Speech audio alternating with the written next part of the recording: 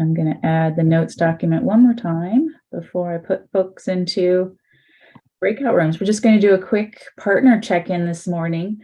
As I was reviewing our advisory council slides, I went in there and I was reading folks' slides and looked at folks' fun facts, and I was like, oh, wow, I didn't know that I knew that about so-and-so. So I just kind of wanted to give folks an opportunity to actually spend some time with each other's slides. So we're just going to get into real quick breakout rooms, and I'm going to have you read the slide of the folks that are in the room with you, and just maybe share a story around one of the pictures on your slide or your fun fact, whichever you all prefer. But I'm going to go ahead and open those breakout rooms here and have you just do a quick check-in with each other. And I'm going to make... All right, so I'm going to go ahead and create those rooms randomly and just have you chat with each other real quick.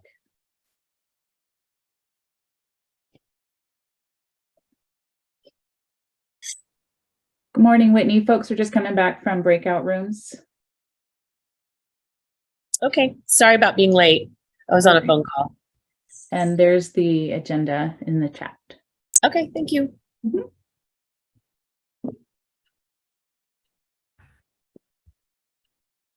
Welcome back, everybody. Hope you got an opportunity to, I see lots of smiles. That's good. I hope you had an opportunity to just check in with a couple of the other members or one other member and were able to share a fun story.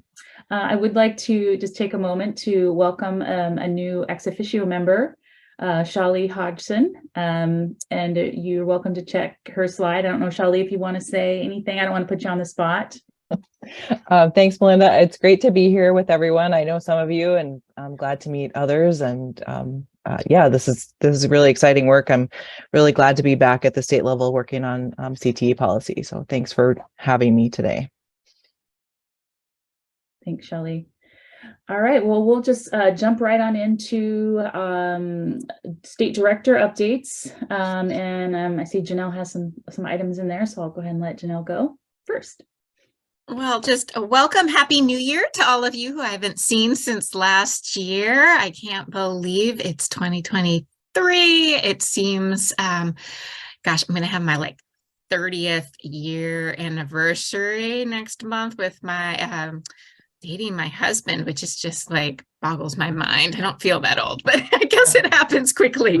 I do think it's going to be an exciting year for career technical education, as a lot of years have been. So I do want to have a few updates. One, we have a new governor, and Celia will be able to give you some more information about the direction. I know there's going to be a lot of focus on higher ed. Housing is going to be a priority, and education is also a priority. And I shared with you in the agenda some of Governor Kotek's education priorities, and a lot of them do have intersections with our work in career technical education. So she is a career technical education fan. She's also really interested in providing early learning childcare opportunities, and some of our CTE programs touch in on that work as well. Preparing students, having them graduate, which we know career technical education supports that work, and also thinking about preparing students to be adults. So not just do they go through school and know how to do schooling, but are they prepared for their next steps at adulting and have a financial literacy and some other items under their belt so that they're ready to become adults. So that is really exciting to have a new governor who cares so much about CTE. So I did want to share those with you. Also, another exciting news, I know communication is really important to this group and communicating around career technical education. Last year, as you remember, we had some federal recovery funds that we were able to leverage a communication campaign. That was a social media campaign, and it was targeting some audiences that traditionally haven't been recruited heavily into CTE. So we had a lot of different languages other than English campaigns. We were targeting rural communities and other communities around our social media campaign. And this year, we have the Oregon Lottery has chosen career technical education to highlight. So I know they are running some commercials, and I've shared their webpage here with you so you can see their highlighting of CTE as one of their funding opportunities for secondary school. So that's just an exciting way, because we don't have the budget to kind of pay for commercials. So it's really exciting when we can leverage opportunities and get the word out there more broadly around career technical education and the benefits, and having everybody have the opportunity to explore future careers. I also did want to give you a brief legislative update. We are very barely into the legislative session, so we have a lot going on, but we don't know where it's going to be funneled down and prioritized yet. There are a lot of bills around CTE teacher licensure in K-12, including thinking about how we recruit and retain rural CTE teachers. So Margaret Mahoney is here, and she's been analyzing a lot of those bills. There is an ask for increasing dental professionals across the state. There's a dental hygienist shortage in the state, and many communities don't have opportunities to get dental hygiene anymore because there's just not enough people. So there is a bill that would have both CCWD, ODE, and others in helping to build the dental professional workforce. So I did want you to be aware of that. There are some different funding for CTE proposals out there, as well as student inventor and financial literacy is also coming up quite often as a graduation requirement, as a potential. I do hope if we do go the route of graduation, that we look more comprehensively at it and not just add a class here or there, but it might be out of my hands or our hands. So we will see what direction it goes. So these are just preliminary. If you're interested in any bill numbers, I will let you know those, but they'll probably winnow out a little bit and we can give you further updates. But we're really excited about the direction that we're going. At the federal level, there was an increase of 4% in Perkins funding. So we did have a little bit of a boost in Perkins funding, as well as an additional competitive grant around creating career-connected learning high schools, which should be released shortly, that eligible agencies could try to get additional funding around career-connected learning high schools. And Title IV, which is also can provide money for CTE, received a 9% boost. It also can fund accelerated learning in high school. So there is some good news on the federal level about funding increases as well. All right. Thanks, Janelle. Janelle, I don't know if you want to mention anything about Colt. Yeah, and you probably heard the news. Colt Gill, the director of the Oregon Department of Education, will be retiring at the end of this legislative session. Governor Kotek has committed to doing a nationwide search for a replacement. So we don't have the exact details of when that would be, but Governor Colt has agreed to stay through the legislative session. So we will have a new director at the Department of Education. Again, I don't know what that will mean and what direction that will take us, but I do think CTE will be an important part of any ODE strategic plan moving forward. Thanks, Janelle. I didn't want to steal your thunder there and go on. Good morning, everyone. It's good to be with you. I'm going to keep mine brief, but we'll share with you, of course, what is occurring at the governor's office is of utmost interest for the HEC. And she recently did announce her new education policy staff and also announced new behavioral health director and at the Oregon Health Authority. So we will be working from her two new staff members will join her administration to lead education policy. And that is Puha Bhatt, who will serve as the Education Initiative Director, And I believe also Melissa, I think it's Graff, who was formerly at the Albany School District. And so those are the two individuals that we are looking forward to connecting with, getting to know, and starting to work with. She also has several other of her directors who are starting to be named. What's interesting of her selections, so that we all know, so she's very dedicated to equity, but the majority of her new directors are of the Black community. So it's been, a long time coming to see some diversity in statewide or state agency director lead roles. So looking forward to working with them as well. We are just very busy at CCWD. Everyone is, of course, coming back from long vacations. We're very integrated right now. Luis is going to be leading our efforts in equity in course approval. So we'll be having some engagement sessions that you'll be hearing from us in regards to how can we integrate equity in what we do. We'll be working on a equity plan, and so very interested to connect with a few of you to be able to learn more about how we can work together in that topic area. I will share, we are thrilled to have Shali join us, and one of the areas she has joined us as a policy advisor, which is a great big help for me. And two of the areas that I've been able to work with her, but also pass on to her, is she is our legislative lead and also leading our efforts for the Future Ready Oregon work. And so I'm going to pass it on over to her for her to give us a brief update there. So you're on. Thank you, Celia. Really quickly, just to build on what Janelle was saying about the legislature and the bills that we currently have. We are also tracking really closely the dental assistant, dental hygienist training programs bill. And there are several bills related to apprenticeship that would impact some community college programs potentially. There are bills, there are a lot of bills actually about corrections education, and not just the adult ed programs or the adult basic skills programs, but also ensuring that incarcerated individuals can access other programs at community colleges and universities, including career and technical education. So there's the big focus on corrections education this year.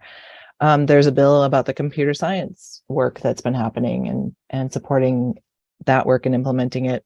There are also quite a few bills about student services, and so how students are accessing services like food and housing and meeting their basic needs. So there's a big push on individuals and how they access services and what's available to them. And so we're tracking a number of bills in that space. And Clay and in the Office of Workforce Investments, we have a lot of overlap on those bills that we're tracking. So I think in the agency, this is my first time working on the legislative session in the big agency. I worked at CCWD previously. And so it's interesting that how the different offices are tracking and collaborating, and also how we are working with the Department of Ed. So lots of collaboration happening behind the scenes as we sift through the nearly 2,000 bills that have been dropped in the last week. Charlie, hope well. Nice to see you, by the way. Do you have a question, Charlie? Yeah, I did. Okay. Do we know who the various committee chairs are yet on the House and Senate side? That's a good question. Clay, do you know? We do. I don't know them off the top of my head, but they've all been assigned. And so if you go onto OLS and you look at the committees, you'll be able to see the chairs and all the members. Okay. Thanks, Clay. Shifting now to Future Ready Oregon. We have a lot going on with Future Ready Oregon. The team is expanding significantly. For a while, it was just 4 of us, and we were marching along and getting our things out. If you don't know, part of my work is to manage the credit for prior learning piece of Future Ready Oregon, which was about $10 million. The general fund pieces of Future Ready Oregon, which include the credit for prior learning, career pathways, and some of the workforce ready grants and there's a few other pieces, but those are the ones that we mainly have in the agency. Those have been at least awarded, and I think the Workforce Ready grants, the first 9 million of that is still in process of being contracted, but we have the agency has identified those grantees. There's still $84 million left in that pot for the Workforce Ready grants. It is all ARPA dollars, so it has a little more flexibility on time. And I believe they're working on the second round RFP for some of those dollars. So that will be coming out, I would say within the next month or so. Maybe that might be optimistic, but soon. They're working on it. The other pieces that are general funded, career pathways, credit for prior learning, and some of the other pieces, they do have a funding that sunsets at the end of this biennium, so in the end of June this year. So we are working really closely with grantees to ensure that they're able to spend those funds and making plans to redistribute as necessary. But I think lots of good work going on in that space. Our partners at Youth Development Division and the Bureau of Labor and Industries are also working on getting their grant funds out, and just a lot happening with that package. That Future Ready Oregon is a topic that will come up in legislative committee. There's another hearing scheduled for them in the coming weeks. So lots of visibility on that program, and lots of overlap in grantees. I work with the colleges and universities, of course, and there's quite a bit of overlap in the different pots of funding. Some colleges have money in all of those spaces. Schmeketa is the example there. So lots of leveraging of resources and a whole lot of capacity building happening in those spaces. That's it, Celia. Charlie, can I ask a question? And great to Of see you course. again. Nice to see you too. As someone who does have multiple grants from multiple organizations, do you think there's going to be an opportunity to reapply to continue the work that we're doing, or is this sort of a one and done Future Ready Oregon effort? Great question. I am not sure. I think that the legislature has really high expectations from what we've seen in the first hearing that they went to with House Business and Labor.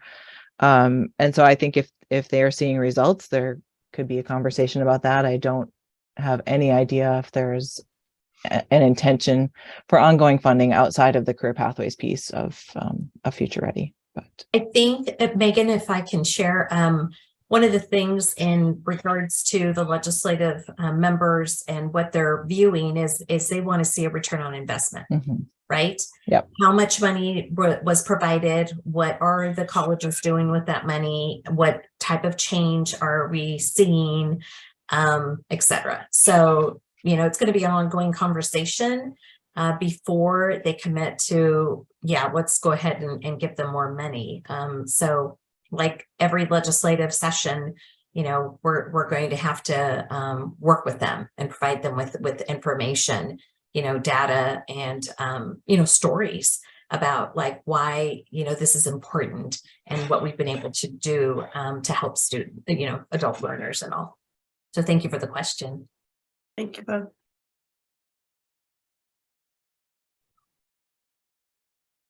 Do folks have any other questions for either Janelle, Celia, or Shali?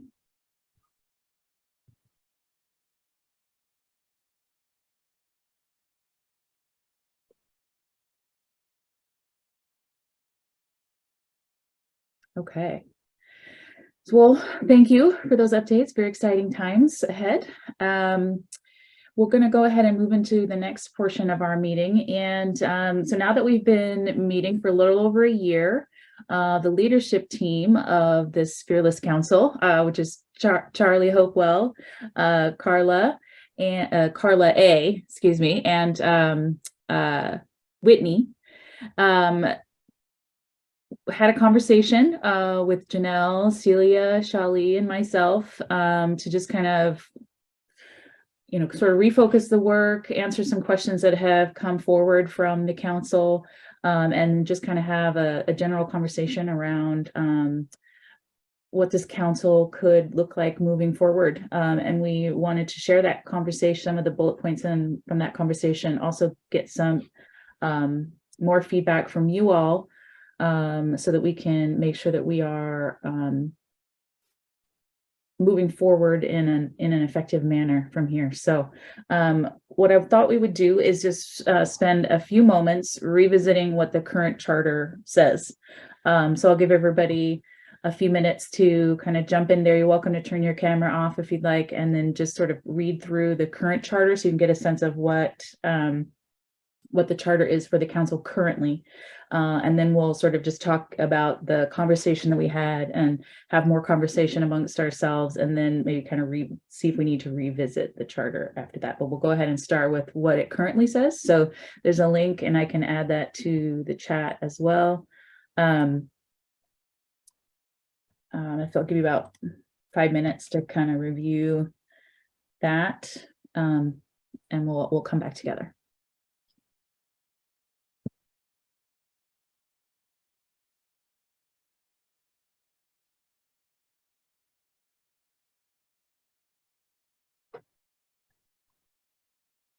All right. So I'm just going to kind of jump into this next section and kind of try to share out a little bit. And then, of course, Shali, Janelle, Celia, Charlie, Carla, or Whitney, anyone from any portion of the conversations that we had are absolutely welcome to jump in and share their perspective as well. So basically, like I said, we thought it'd be a good idea for us to just come together and revisit the purpose of the council and make sure that we are, thinking of all the opportunities that we can get advice and feedback from the council, and vice versa, and just kind of sharing of information, how are things working so far, and just trying to kind of just hone in on that and revisit it. So what we did is we had a conversation, we talked a little bit about the purpose, we looked at the charter again, and then we talked about the hopes that we have for the council and from the state directors, kind of a two-way street there. And so these are just some of the bullet points from the conversation. And again, anyone else from those conversations can jump in as well. So just to kind of give you an idea, again, we do have sort of the leadership team for this council, and that's made up of Charlie Hopewell, Carla Arsinga, Henrique, and I can't pronounce your last name, Carla. Is it Henrici or Enrique? It's Henrici. Okay. You're fine, just Carla. I didn't do real well with that, so apologies there. And then Whitney Trost from Fact Oregon is also part of that leadership team. And then we met with Shali and Janelle and Celia to have this conversation. So again, the role of the council is to provide ongoing equity-focused advice, guidance, and feedback on strategies and progress being made throughout the implementation of the CTE state plan and its goals. And we've shared a few times about the state plan. We've shared the progress on the state plan for the last 2 years with this council. And again, we're just trying to find ways to kind of continue this reciprocal two-way partnership, right? So we're just wanting to kind of think a little bit more about that. I think some of the questions that came up from the council were like sort of what does happen with the information and feedback and advice that you all provide. And so that was a question that we brought forward. And so we did have a fairly lengthy conversation about the realities of the rate of change in state government, how all that works, what things we do have control over, what changes we can make, what things we're unable to do, quickly and whatnot. And then we also talked a little bit more about the legislative process and kind of how that works. So we gave you kind of a report today. You guys helped us create our legislative report by providing some of the subcommittees provided recommendations that went into that legislative report. And we provided you guys with an update there. And then the other thing we're trying to do is feed your feedback and information into existing structures or systems that are in place. So for example, all of the feedback that you all provided for us back in October on the progress around the state plan, we shared that information with our state plan implementation team, which is called SPIT. And that group is made up of 7 different action teams who are responsible for moving the work forward in each of those different areas. And so we made sure that we brought forward all of your comments, concerns, suggestions from our meeting in October to that group. And now that group is taking that information and figuring out how they can incorporate some of your suggestions into their work as well. And we wanted to give you some examples of some things that have already come out of the work that you guys and the things that you guys have been working on, especially within the subcommittees. And so the alignment subcommittee was working on just different alignment issues. And if you can recall, they had a recommendation of trying to create an interactive map that would be useful for multiple members to try to help map out and show where alignment is currently happening and where alignment could potentially be improved. And so in the process of that and meeting, we found out that there is another alignment subcommittee within Career Connect Oregon. And so we've had a conversation there trying to determine how we might be able to bring those two committees together, or at least align the work that was being done in those committees. And that another initiative that's going on, and Charlie can speak more to this one if you have questions around that, but it's X-Plane, which is an interactive map that STEM is exploring to help with alignment. And so we're sort of just trying to kind of dip our feet in the waters and talk about how we might be able to align some of that alignment work that's happening within the state. Another example is our equity subcommittee. And one of the recommendations that came out of the equity subcommittee was to increase support for small and rural schools. And it just so happens that within our CTE team at ODE, we were also have been trying to figure out ways to continually support small and rural schools. We currently have a funding package that we were able to coordinate with our federal systems folks. We were able to braid some of the Perkins funds. So we took some money right off the top of our reserve grant and braided that with money from this year it was Title IV to provide some of our small rural regions with additional funding support to help with things like travel and leadership within those regions.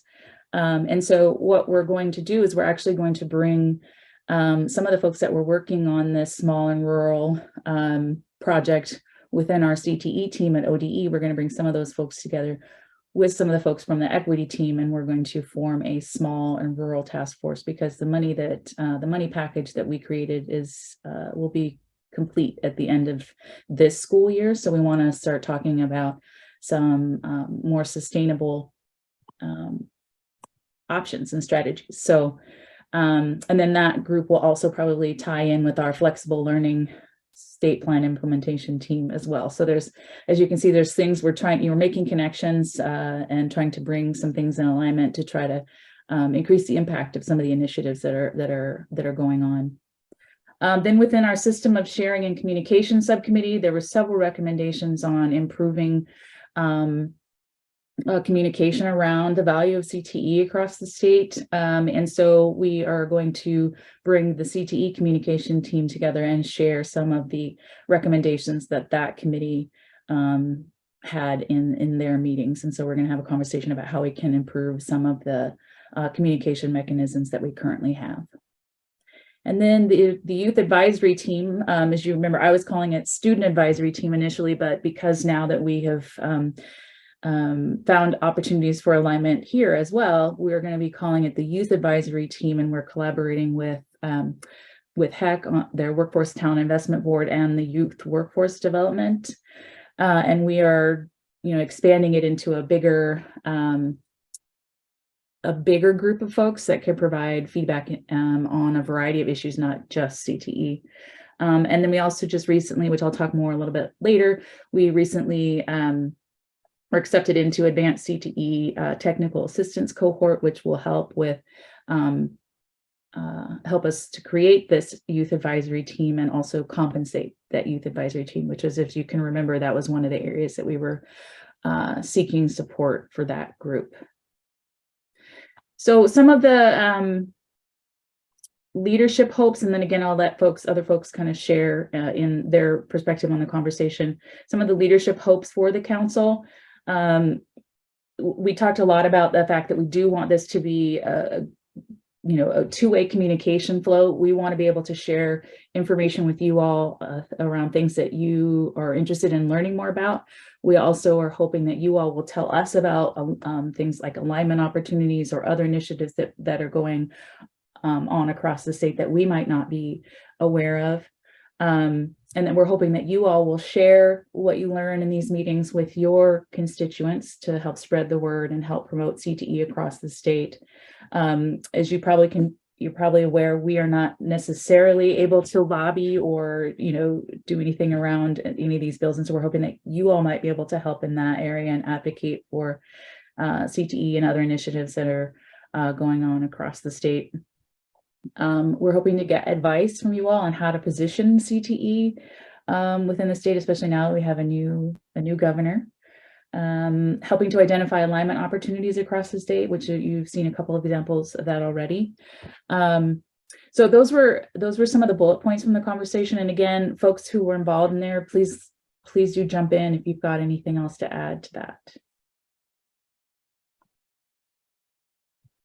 I'm going to pop in real quick if I can, because I think that I was prompting a certain amount of this conversation, and unfortunately, I apologize to the entire group. We had this conversation, set it on the calendar, and then Charlie couldn't even attend the meeting, so I'm terribly embarrassed by that. But I'm glad the conversation went on, but I think one of the pieces that I think really prompted it was how engaged to the primary leadership and so forth. What are you really looking for from the council, and then how do we actually pull that together? Is that within this meeting and so forth? So as an example, Janelle, you gave some great recap, for instance, in front of the meeting and so forth. And then we work on the legislative piece.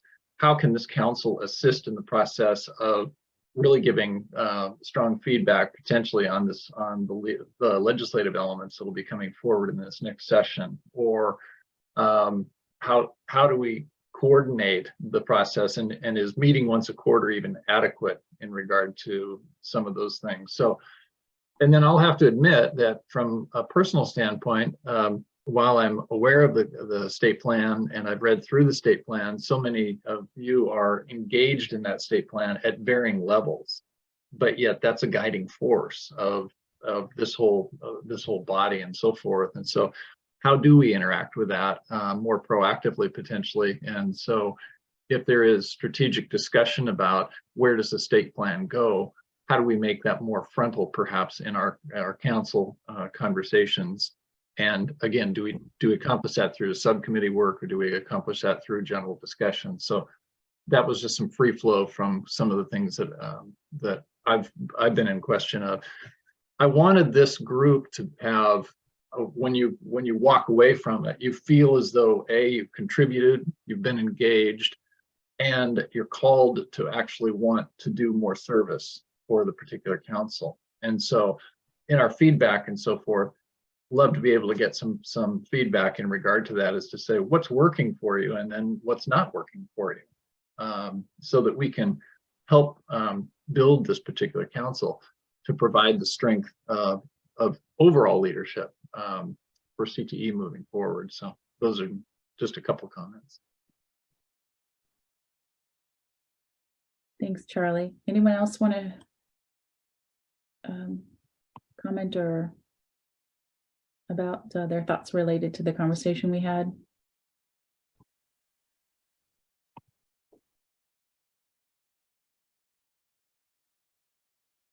Okay. I mean, I'll just say, Charlie, I really appreciate that. That is, this is a new council. This is a new thing that we've set up as part of our new state plan. And, the vision really is that we have a diverse voices contributing to how we grow and nurture career technical education, how we connect it to the rest of the workforce development and education. And I don't see us being able to do that without outside voices, and you all are leader areas. You all have connections to different aspects of CTE that's really critical for our agencies to hear from as we move forward. It is next year time to renew our 4-year plan. So we do have, opportunity to think about, does this direction that I'm getting a notice, I'm unstable. Is this the right direction?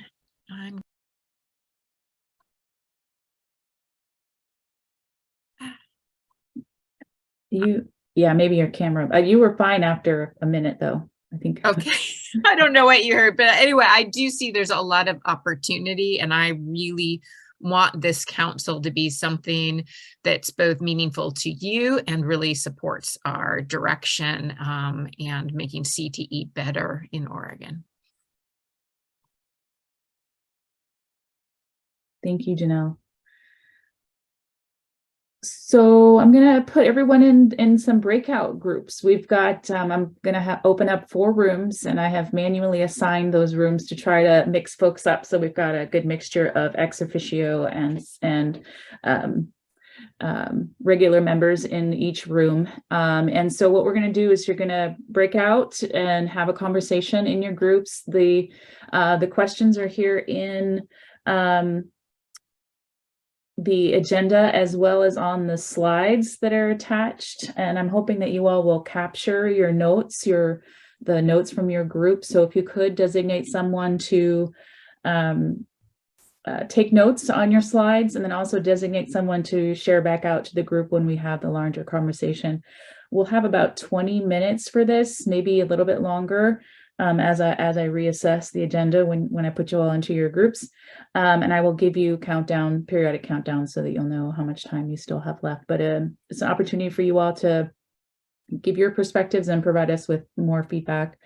Any questions on this before I send you to your rooms? That just sounded like very parental. Any questions? Sorry. It's okay. You can sound parental in this case. Thanks, Charlie.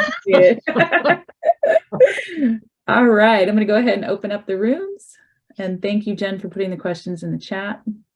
No problem.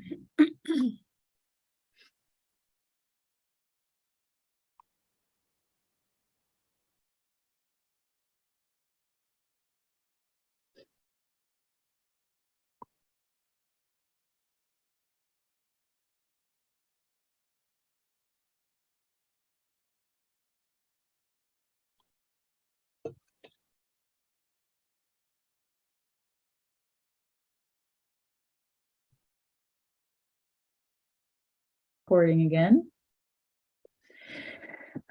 All right. I know we've been together for quite a long time and we kind of blew through our break time, but I thought I'd at least give folks a few moments in case you need to have a bio break or grab some more coffee or something like that. So why don't we just take a quick 5 minutes and we'll come back and share what you guys talked about. So I'll be back at 10:19. Pitch in a little bit if we can. And again, just kind of walking through our general discussions and so forth. We dealt with, again, what initiatives do we want to know more about incarcerated youth and so forth. We talked about in the incarceration at the beginning and so forth. And it was really the network. We have this advisory group and being able to utilize that network to be able to understand. So how we build that potentially into the agenda to say, maybe we put in an agenda piece in there that just simply allows people to free flow for a little bit of saying, gee, I'd like to know more about this. Does anybody have any information regarding that? So that you can use the power of the network that we have here, or potentially even sharing something that you feel very passionate about, that is especially throw it out there to say, I'm working on this. Are other people aware of that? And so forth. We talked in the additional support, communication. Really, again, it's that piece of really just trying to push things out into the communities that we're each working with, and really showing that there actually is this growing alignment that is beginning to occur. And for me, it's beginning to occur. It's occurred for a long time, but I think therein lies part of the issue is that industry and so forth, they may not know that great efforts are going on. So the question is how do we do a better job of trying to get this out so that we can get better and stronger partnerships actually moving forward and so forth. So under that general term of alignment and so forth.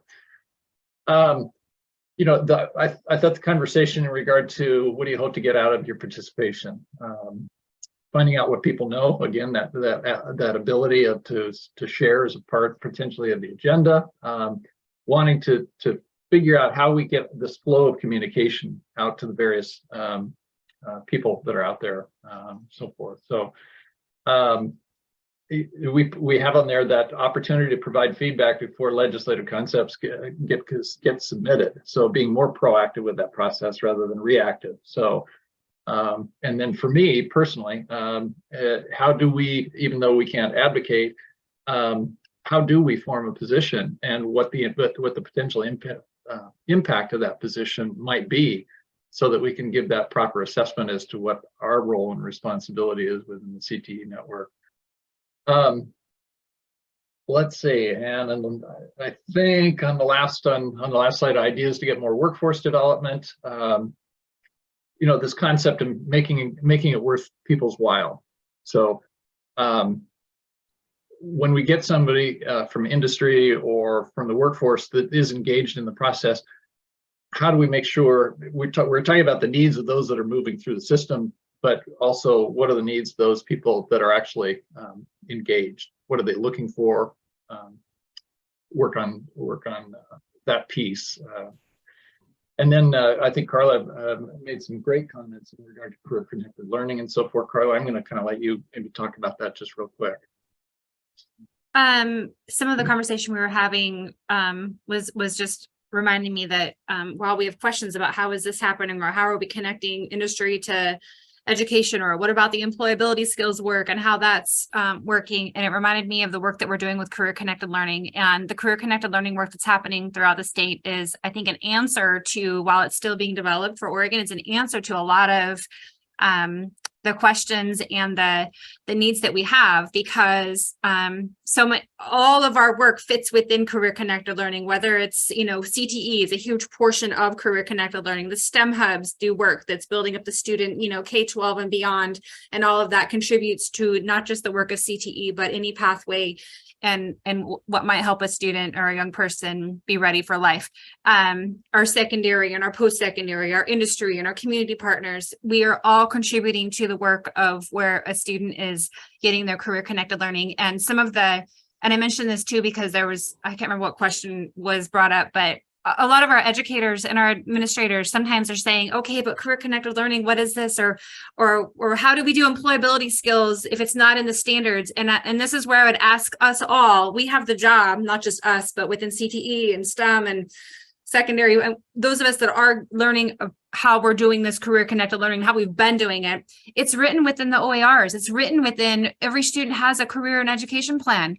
The graduation requirements, they are synonyms to what our employability skills are. When our students are learning how to have their, you know, enter the classroom in preschool, kindergarten, how to come in and sit down and when to raise their hand and how to play nicely and teamwork, all this is being taught early on. It's just called something different. So we have the job to help translate, to help make it make sense for what does this look like in elementary school, middle school, high school. It's all there.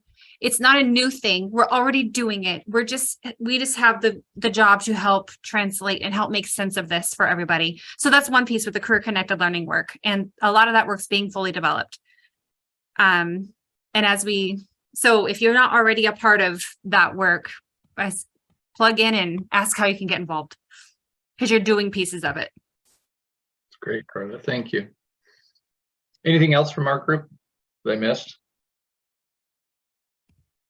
All right. Next. Well, I don't mind going next. We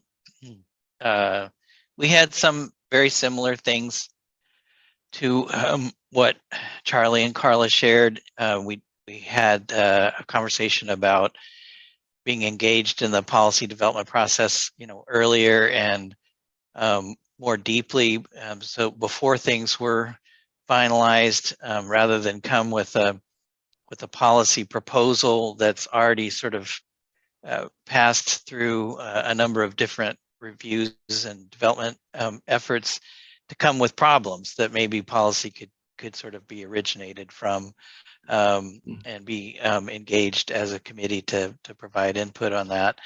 We also had some conversation around sort of tips and guidance around legislative engagement, that was really important. Needed to know how the committee could be involved in supporting CTE at the legislative level without running into trouble, and speaking out of turn, so to speak. We also had some discussion around essential employability skills and how they should be sort of integrated within the CTE effort, and ensuring that there was some thought about which skills were important to which programs of study. And in particular, we had conversation around entrepreneurship, which I think is important, and particularly in the CTE world, because many of them may end up in an entrepreneurial opportunities.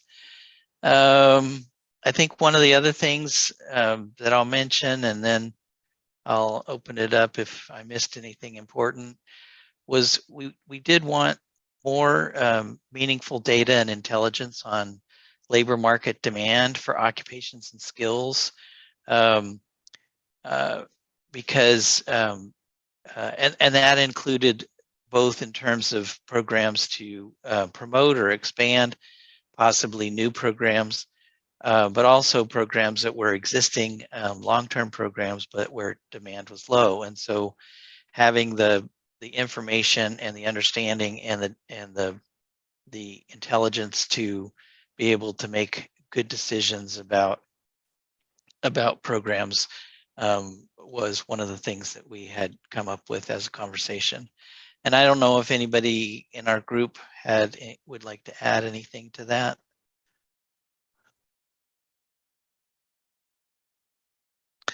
Then I guess our group is done. Next. By the way, when the next one pops up, tell us what color you are, because I want to follow in the slides. I can go next. And we are the, I think we start on slide 21. So a lot of what has already been talked about, we kind of addressed as well.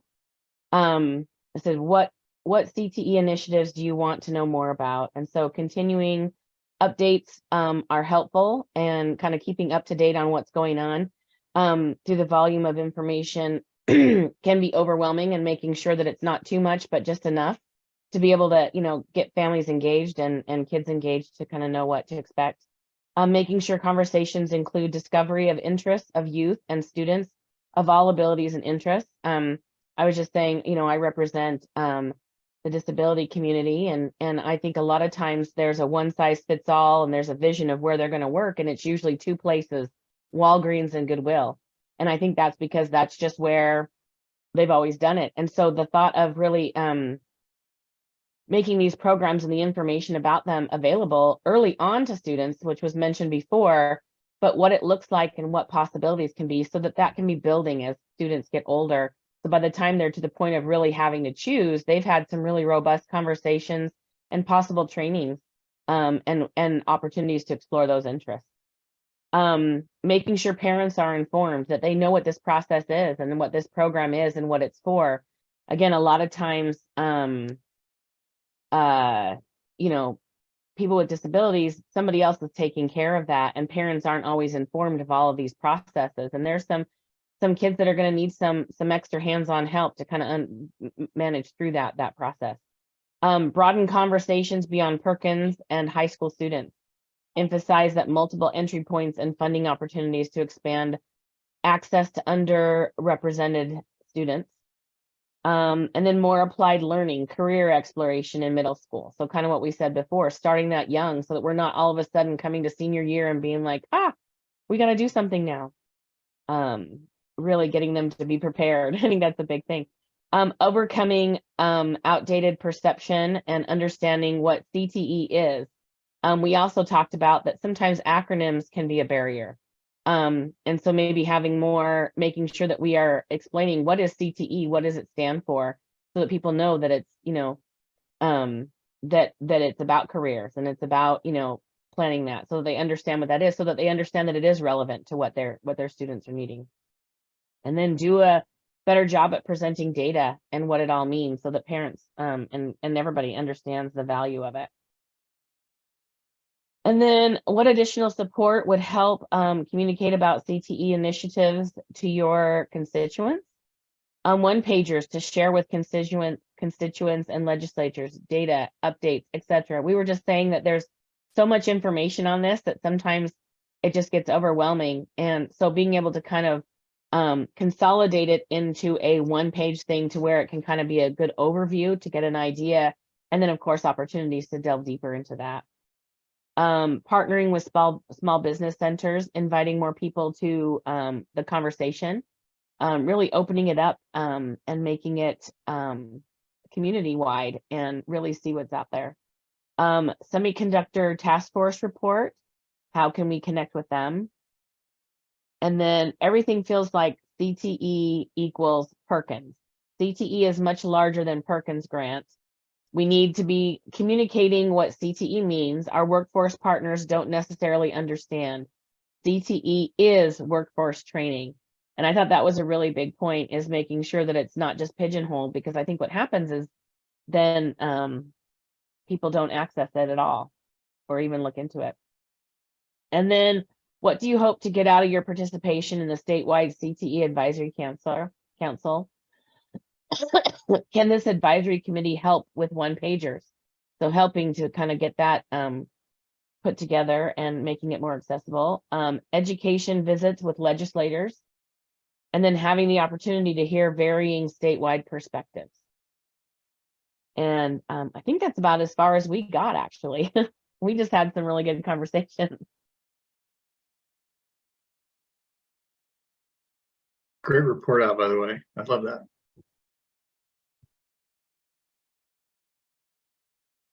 I think there's Janelle, do you one want to report out about our group? I can definitely do the first shot, and then please anyone else contribute. A lot of those themes that I've heard, and thank you all for those really good feedback, were reinforced in our group. One were the orange-ish, reddish one. We also talked about the semiconductor task force and having really more opportunity for the advisory council members to share the work that they're doing around CTE and making those connections at the upfront part. And then also, how are we communicating again about those balance, those connections, those really new workforce development needs, and also how do we keep, a pathway generic and specific at the same time. So if we're starting in high school and moving into further training, how do we communicate how those pathways connect to very specific training while they also connect to lots of opportunity? And we came back to the Career Connected Learning Systems Navigator, which is a whole new system that we have in Oregon, that we're creating in Oregon, to help build those regional connections, those communication techniques between school, business, and industry, and post-secondary. And how are we leveraging and making sure that we're supporting that new network to help with this communication plan? We talked about there are also some very generic needs for clearer communication. I heard a lot about how do you start a new program of study? How do you get teachers? How do we recruit teachers? And I think there's some tension as we've doubled our programs in 5 years, and yet the system of people who are leading and doing the work hasn't doubled in 5 years. So how are we thinking and being really strategic about leveraging the staff we have and where they should spend their time? I think we need to probably rethink some of our systems. We've doubled the students that are participating in K-12 in CTE, and yet we again still have the same approval leadership structure without really thinking about where should we focus our time and how can we make things a little bit more efficient. So I think there were some good wonderings about that. Again, how do we communicate and improve systems as policy leaders getting up front, and how do we coordinate with business and industry, and that theme really of integration, like how use this time to help make those connections and start thinking about how do we integrate all these systems across the state. And please feel free, other group members, to join in and share.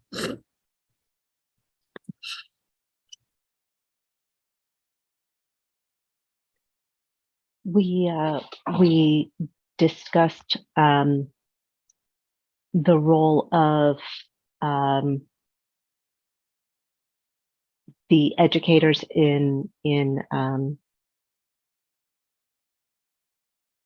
secondary, and even before that, talking about long-term goals, that it doesn't necessarily address the situation immediately, but having goals of the standardization and the universal or sort of an integrated vision, that if we can be more consistent and if we can start that earlier, that there is a better access and understanding to what businesses' roles versus families and schools, and sort of that unified vision, that if we can get that consistency going earlier on, that there may be that may grow a better understanding of everyone's roles and how to bring it all together.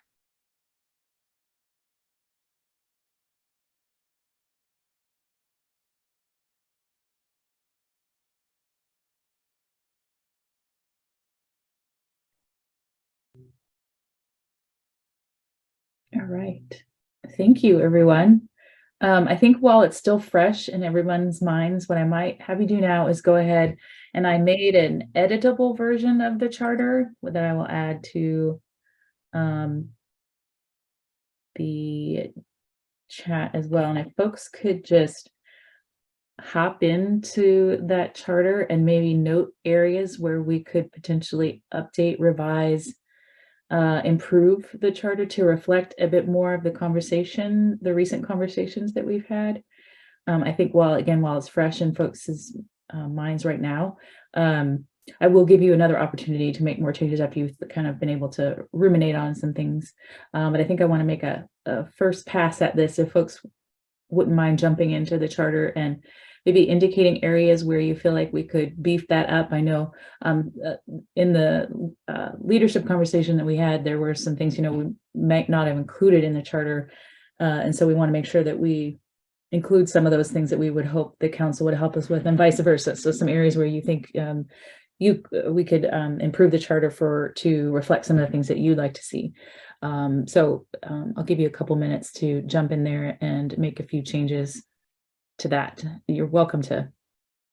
It's not the original, so you can go ahead and make whatever changes you'd like. Just make sure I can see where you've made a change, so that we can, the leadership team can go back in and update as we go. And again, you'll have another opportunity, but I thought we would take a few moments to do it now as well.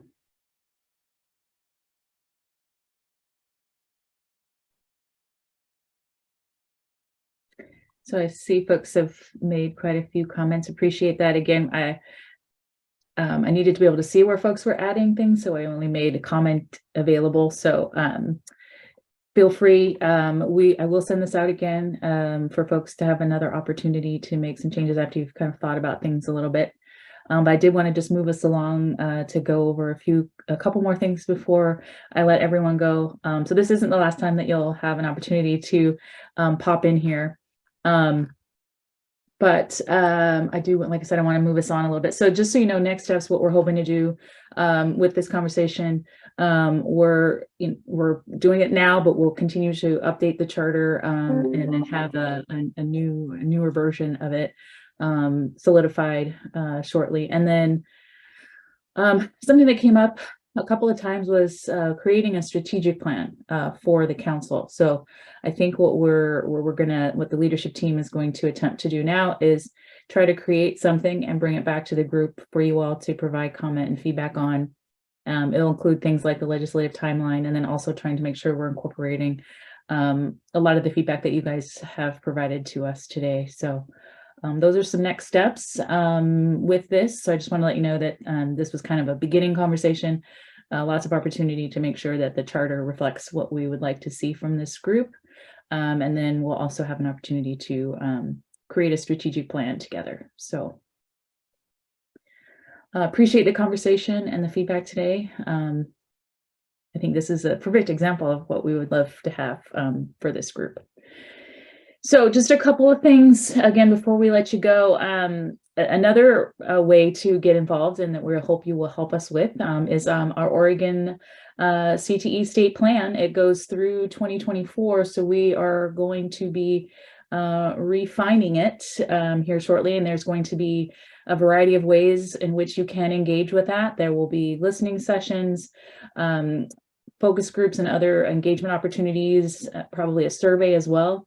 And we're hoping that you all will help us to refine the state plan and serve as advisors throughout this whole process. So just be on the lookout for opportunities to participate in that process. Anything else you want to say about that, Janelle or Celia? Yeah, I can just speak to it a little bit. We don't know exactly what the federal government will require of our updating, but our plan does end, in 2024. So we will be engaging, refining whatever the requirements are for the Fed. So we are still waiting to learn exactly what they are expecting of us to do, but we're beginning to start our plans. We're hoping to bring a team of 6 people across the spectrum. So I'm hoping to maybe recruit some people outside ODE and CCWD, so the Department of Ed and the Community College Workforce Development, to come to a planning team meeting in Phoenix with other states in May. And we'll be brainstorming with other states how they're going to be refining their plan, looking at future priorities, and trying to do some more intentional integration across agencies at that time as we go to that meeting, and then bring that back here to this group and say, here's what we've learned, here's what we're thinking of doing, and tying that in with our strategic plan. So it's an exciting opportunity. I think Career Connected, I'm learning some themes that I'm hearing from this group, and then we have some unfinished work that we didn't get to in 4 years, surprisingly enough, with a pandemic for 2 of those years too. So I think we definitely have some ongoing work to do, as well as some refinement and future work. So I'm excited about this opportunity. I would just echo what you shared with the group, Melinda. I think this was a great example of a good use of our time. I believe everybody was very engaged, gave great feedback and great conversation. And so I just look forward to us continuing this work. And I think it was in our group, Megan brought up the fact that, I think when I'm taking a look at CTE statewide as an industry partner, it's not just about federal compliance. It's about what is best for the state's development of our next workforce and our next career group. And so I think that's a perspective that I just want to continue to throw out there is that although we have somebody saying you shall do this, we have the choice to be able to actually do more that perhaps benefits our students and workforce as we move forward. So. Yeah, thanks, Charlie. And that's why we intentionally did not make it a Perkins state plan. We made it a CTE state plan, because you are absolutely correct. And vice versa. The federal requirements help us stand up quality programs in a way that we might not have the opportunity to do without some of those federal requirements. So I think it works both ways. And yeah, I'm very eager, now that we're making more connections with Workforce Talent Development Board and others, to think about how do we refine this state plan to better meet the needs of Oregon and Oregonians. All right, great. So look forward to lots of opportunities to provide feedback and guidance on that process. We are at that time of year where we are going to need to start thinking about the membership of this council. So hopefully there will be several of you who will continue on with us, but we do also have some open positions that we will be recruiting for. I've listed the current open positions that we have there. So if you know of anyone who is in a post-secondary equity/diversity team, or a CTE administrator, a community organization member, or an industry partner who you think would be great to serve on this council, please do keep them in mind. We will start our recruitment process. I've kind of given you a little bit of tentative timeline below there. So I'm going to be sending you all a survey in February to kind of get a sense of how many of you would like to continue, who might be interested in serving in a leadership role on the council. And so once we get that membership back, then we'll know sort of which positions we will need to be filling. And then in March and April, we will send out recruitment and promotion material, be accepting nominations and whatnot. And then in April and May will be the application and selection process. So hopefully you all have some folks in mind, or can be thinking of folks you might nominate to be on the council. And also think about your own participation and what level you would like to participate on. So announcements, good of the order. I do want to just kind of emphasize that you all are absolutely welcome to jump in there at any point and add things prior to the meetings that we have. So if there's this two-way sharing to let us know about some of the wonderful work that's going on in your areas as well. So just kind of wanted to extend that invitation that you're welcome to add things to this section as well. But I will kind of go through a couple of these, and if there's folks who want to add comments to these, we might not be able to get to all of them since we're slowly running out of time. No, we're quickly running out of time, excuse me. So I want to just touch on a couple of those. So the first thing is, we are looking for some folks to help us with our integrated application review. So folks that would like to serve on a quality assurance and learning panel to kind of see what's going on with the different districts in the state. CTE is a portion of that. If you remember the Aligning for Student Success process, CTE is part of that. And you would be able to hear what folks are planning to do with their high school success funds, with their Perkins funds, things like that. So if you're interested in serving on that, there is a letter there that kind of talks through what the time commitment would be and things like that. So I don't know, Janelle, is there anything else you want to say about that? No. Okay. I think it's pretty much spelled out in that letter there. If you want to click on that and get an opportunity to read through that. ODE just put out some new guidance around supporting gender expansive students. You're welcome to kind of jump into that guidance document when you have a chance. And we also created a survey for you to let us know if you have any questions or would like additional support as this guidance is rolled out. So if you have an opportunity to get in there and look at the guidance, we would love to hear a little bit, hear from you to help in the rollout of that guidance. And then I did mention that we were selected to be part of the Leveraging Learner Voice to Strengthen CTE. This is going to help us with our youth advisory. And then we were also selected for the Building Sustainable State Recruitment and Communication Systems to Reach Diverse Learners. And our HEC partners will be leading that work as well. So we are going to be involved in 2 advanced CTE technical assistance cohorts coming up. So there might be more opportunities for you guys to provide us feedback and comments and suggestions around that work as well. And then we did just want to link in the legislative report from the email that I sent back in November, so you could see what is being worked on related to the feedback that you provided for us back in, God, when did we, the report came out. Yeah, I think the feedback was from October, so thank you. It takes a while to finalize, but it did help influence the writing of that legislative report. So thank you. All right, and then just our meeting schedule is at the bottom, and then I do know we have a couple of guests today, so I didn't know if they were interested in saying anything for the public comment section. I think we have Monica and I think And Carrie. Carrie. Yes.